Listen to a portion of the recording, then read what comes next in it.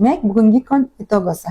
Ya'ni birinchi patsientkamizni 15 ta 17 taga tuxum hujayraga mo'ljal qilganmiz, lekin bu patsientkamiz triggeri 2 ga bo'lib, bittasini bir kun oldin, bittasini ikkinchi kun olganlar va 10 ta tuxum hujayra oldik. Shundan 6 tasi yetilgan chiqdi, 3 tasi anomal, bittasi chala yetilgan chiqdi. Bularni endi o'zlarini ayblari asosida nakopительный programmaga olamiz.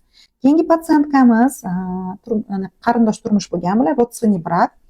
Bitta farzandlari bor, mukoviy siroz dedik. Bulardan 15 tagacha tuxum hujayraga mo'ljal qilgan edi.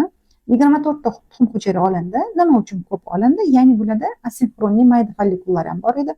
Shundan 18 ta tuxum hujayramiz yaxshi chiqdi. Bu patsientkamiz uchun juda yaxshi. Keyingi 3-patsientkamiz 14 ta tuxum hujayraga mo'ljal qilingan, 13 ta olindi. Undan 10 tasi yetilgan tuxum hujayra chiqdi. Bu ham yaxshi ko'rsatkich hisoblanadi.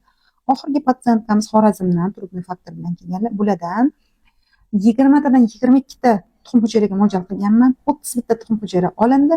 Shundan 22 tasi zrelый chiqdi. Ya'ni 20 dan 22 taga chiqqanman. 22 tasi zrelый chiqdi. Bu juda ham yaxshi natija. Barcha patsientkalarimiz omad tilab qolamiz va birinchi patsientkamizga o'xshab hech qachon xato qilib qo'ymang.